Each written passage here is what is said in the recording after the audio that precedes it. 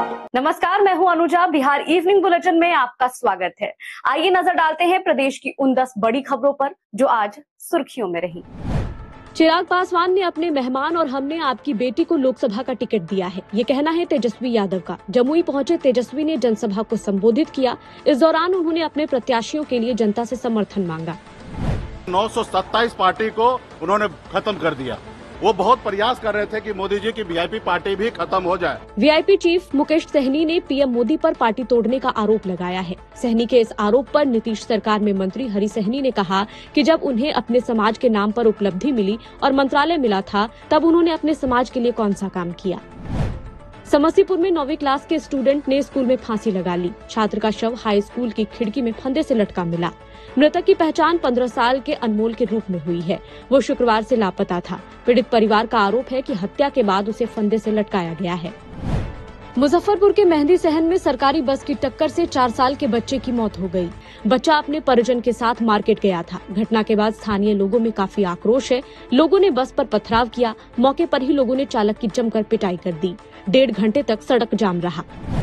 राष्ट्रीय लोजपा के अध्यक्ष पशुपति पारस एक बार फिर से एनडीए के साथ है। पारस ने साफ कर दिया है कि भतीजा चिराग पासवान से कोई शिकवा शिकायत नहीं है। उन्होंने कहा, एनडीए गठबंधन के तहत बिहार में 40 सीटें जीतने का लक्ष्य है। इससे पहले एनडीए में सीट नहीं मिलने पर पारस बगावत पर उतर आए थे। केंद्रीय मंत्री पद से इस्तीफा तक दे दिया था। पूर्णिया में गैंगरेप के बाद बच्ची का शव मक्के के खेत से मिला है। बच्ची की दाईं आंख निकाल ली गई, गर्दन मरोड़ी गई और हाथ पैर भी तोड़ दिए गए। डॉग स्क्वाड और एफएसएल की टीम पूरी रात सबूत जुटाने में लगी रही। मामला जिले के रुपौली थाना क्षेत्र का है। मधेपुरा में डूबती दोस्त को बचाने गई 3 बच्चियों की तालाब में डूबने से मौत हो गई। तालाब किनारे बकरी चरा रही बच्चियों में से एक का पैर फिसल गया और वो तालाब में डूबने लगी। एक दूसरे को बचाने के चक्कर में एक कर तीनों गहरे पानी में समा गई। घटना पोखरिया बहियार की है। पटना में सीबीएसई और एनसीईआरटी की ओरिजिनल किताब मार्केट से गायब हो गई है। भारी मात्रा में नकली किताबें बरामद की गई। प्रिंटिंग प्रेसों पर छापा मारा गया तो वहां अलग अलग ब्रांड के 25 करोड़ की नकली किताबें मिली। सभी किताबें क्लास 6 से 8 की हैं। पुलिस ने सभी प्रिंटिंग को अपने कब्जे में ले लिया है। एक की गिरफ्तारी हुई है। चमकी बुखार से 4 साल के बच्चे की मौत हो गई। उसे पिछले 10 दिन से हाई फीवर था। सरकारी एम्बुलेंस नहीं होने के कारण परिजन बच्चे को बाइक पर बिठाकर अररिया से पूर्णिया ले गए। रास्ते में ही बच्चे ने दम तोड़ दिया। मौसम विभाग ने प्रदेश के 24 जिलों में हीट वेव का येलो अलर्ट जारी किया है। पटना समेत कई जिलों में 10 अप्रैल से लू चलने की संभावना है। 25 से 30 किलोमीटर की रफ्तार से हवा भी चल सकती है। अगले 2 दिन में तापमान बढ़ने के आसार हैं। प्रधानमंत्री नरेंद्र मोदी ने सहारनपुर में रैली को संबोधित किया। रैली में यूपी के अलावा हरियाणा और उत्तराखंड के मुख्यमंत्री भी मौजूद थे। रैली को संबोधित करते हुए नरेंद्र मोदी ने कहा, हम वो देश हैं जो कभी भी शक्ति की उपासना को नकारते नहीं हैं। इस देश का दुर्भाग्य है कि ईडी गठबंधन की लड़ाई शक्ति के खिलाफ है। इसके बाद राजस्थान के अजमेर में भी पीएम मोदी ने एक जनसभा को संबोधित किया। यहाँ मोदी ने अपने सरकार का रिपोर्ट कार्ड पेश करते हुए कहा कि अभी सिर्फ ट्रेलर है, 2047 तक भारत को विकसित भारत बनाएंगे। अजमेर के बाद गाजियाबाद में पीएम मोदी रोड शो करेंगे, जिसके लिए सुरक्षा के पुख्ता इंतजाम कर लिए गए हैं। कांग्रेस ने आज जयपुर में विद्यानगर स्टेडियम में न्याय पत्र महासभा का आयोजन किया, जिसमें पार्टी अध्यक्ष मल्लिकार्जुन खड़गे, सोनिया गांधी और प्रियंका गांधी शामिल हुए। कांग्रेस की पूर्व अध्यक्ष और राज्यसभा सांसद सोनिया गांधी ने रैली को संबोधित करते हुए बीजेपी और केंद्र सरकार पर जमकर निशाना साधा। उन्होंने कहा कि देश से ऊपर कोई नहीं होता, लेकिन मोदी खुद को महान मानते हैं। पश्चिम बंगाल के पूर्वी मिदनापुर में एनआईए की टीम पर हुए हमले पर सियासत गर्माती जा रही है। राज्य के गवर्नर सीवी आनंद बोस ने हमले की निंदा करते हुए बयान दिया है। उन्होंने कहा कि राज्य में इस तरह की गुंडागर्दी की इजाजत नहीं दी जानी चाहिए। आज सुबह पूर्वी मिदनापुर में छापेमारी के लिए गई एनआईए टीम पर हमला हुआ था। एनआईए की टीम पर हुए हमले को लेकर कांग्रेस प्रदेश अध्यक्ष और सांसद अधीर रंजन चौधरी ने बयान दिया है। कांग्रेस नेता ने कहा, ममता बनर्जी खुद चाहती हैं कि राज्य में दंगा हो। अधीर अक्सर ममता पर हमलावर रहते हैं। वो प्रदेश की बहरामपुर सीट से चुनाव लड़ रहे हैं। वहीं इस मामले में पश्चिम बंगाल की मुख्यमंत्री ममता बनर्जी का बयान भी सामने आया है। उन्होंने सवाल उठाते हुए कहा कि एनआईए के अधिकारी रात में छापे मारने क्यों गए थे। जब ममता से इस घटना के बारे में पूछा गया तो उन्होंने कहा कि आधी रात में छापा मारा ही क्यों, क्या उनके पास पुलिस की अनुमति थी।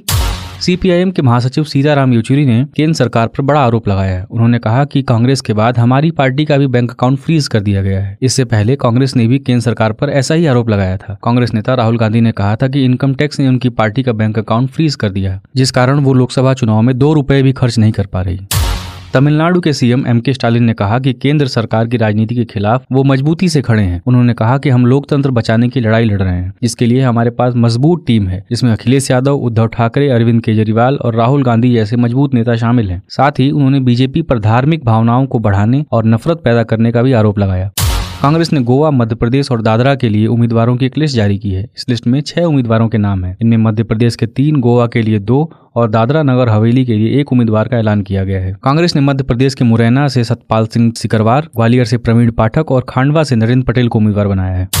भारत में होने वाले लोकसभा चुनाव को लेकर टेक कंपनी माइक्रोसॉफ्ट ने एक चेतावनी जारी की है। टेक कंपनी माइक्रोसॉफ्ट ने अपने ब्लॉग पोस्ट के जरिए बताया है कि चीनी हैकर्स एआई टूल्स का इस्तेमाल करते हुए लोकसभा चुनाव में वोटर्स को प्रभावित कर सकते हैं। माइक्रोसॉफ्ट ने एक ब्लॉग पोस्ट के माध्यम से जानकारी दी है। दिल्ली के केशवपुरम इलाके में शुक्रवार को उस वक्त सनसनी मच गई जब सीबीआई और पुलिस की टीम एक घर में छापा मारने पहुंची। 2 दिनों तक चली रेड के बाद सीबीआई ने मानव तस्करी रैकेट का भंडाफोड़ करते हुए 7 से 8 नवजात बच्चों को रेस्क्यू किया। हैरानी की बात यह है कि इसमें एक नवजात की उम्र महज 36 घंटे है, जबकि दूसरे की उम्र 15 दिन है। रेड के दौरान स्थानीय पुलिस भी मौके पर मौजूद रही।